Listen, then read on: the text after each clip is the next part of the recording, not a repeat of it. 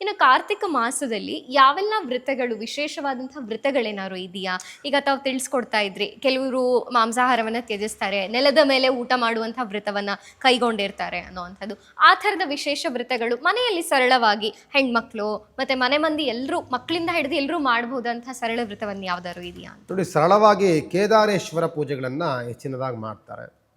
ಮತ್ತು ಶಿವನಿಗೆ ಸಂಬಂಧಪಟ್ಟಂತಹ ಔಪಾಸನೆಗಳನ್ನು, ಶಿವನ ಧ್ಯಾನವನ್ನು, ವ್ರತಕಥೆಗಳನ್ನು, ವಿಶೇಷವಾಗಿ ರುದ್ರಾಭಿಷೇಕವನ್ನು ಮತ್ತು ಶಿವನಿಗೆ ಉಪಾಸನೆಗಳನ್ನು, ಅಷ್ಟೋತ್ತರಾದಿಗಳನ್ನು ಪ್ರತಿ ಸೋಮವಾರವೂ ವಿಶೇಷವಾಗಿ ಮಾಡುವಂಥದ್ದು ಒಳ್ಳೆಯದು.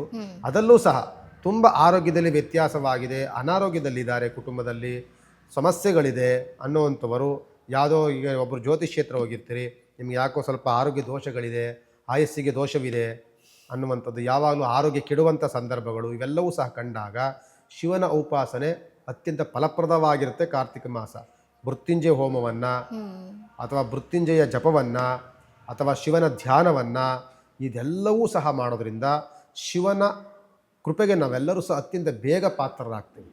ನೀವು ಕಾರ್ತಿಕ ಮಾಸದಲ್ಲಿಗಿಂತಲೂ ಮೊದಲು ಅಥವಾ ಆಚೆ ಮಾಡೋದಕ್ಕಿಂತಲೂ ಸಹ ಕಾರ್ತಿಕ ಮಾಸ ಬಂದಾಗ ಶಿವನ ಧ್ಯಾನ ಅತ್ಯಂತ ಪಾವಿತ್ರತೆಯನ್ನು ತಾಳುತ್ತೆ. ಯಾಕೆಂದರೆ ಭಗವಂತ ಪ್ರತಿಯೊಂದು ಗುಡಿಯಲ್ಲಿಯೂ ಸಹ ಈಗ ವಾಸವಾಗ್ತಾರೆ.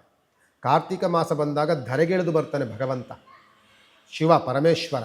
ಕೈಲಾಸದಿಂದ ಧರೆಗಿಳಿದು ಬಂದಂತಹ ಪರಮೇಶ್ವರ ಈಗ ಬೇಗ ಭಕ್ತರ ಅನುಗ್ರಹ, ಭಕ್ತರು ಯಾವ್ಯಾವ ಭಕ್ತರು ಏನೇನು ಉಪಾಸನೆಗಳನ್ನು ಮಾಡ್ತಾರೆ, ನನ್ನ ಆರಾಧನೆ ಹೆಂಗೆ ಮಾಡ್ತಾರೆ ಅಂತ ನೋಡುವುದಕ್ಕೋಸ್ಕರವಾಗಿ ಕೈಲಾಸದಿಂದ ಭೂಲೋಕಕ್ಕೆ ಬರ್ತಾನೆ.